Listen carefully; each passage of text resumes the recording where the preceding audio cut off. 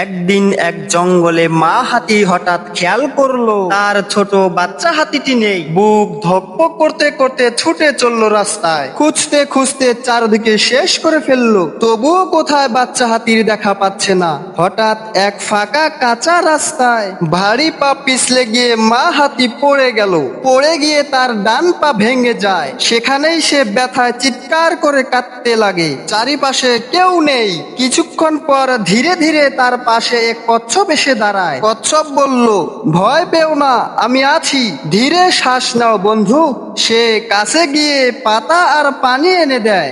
গাছের পাতা দিয়ে হাতির পা ঠান্ডা করে দেয় এবং হাতিকে পানি খাওয়িয়ে দেয়। মা হাতির চোখে জল, কষ্টের মধ্যেও বলল, তুমি এত ছোট, কেন আমায় সাহায্য করো? এবার কচ্ছপ মৃদু হেসে বলল, পরে যা হলো বন্ধুরা তা দেখার আগেই তা তোমাদের বলে নেই, তোমরা যদি এই ছেলেটার মতো কাপা শরীফকে ভালোবেসে এই চ্যানেলটিকে একটি লাইক দিয়ে সাবস্ক্রাইব করে যাবে।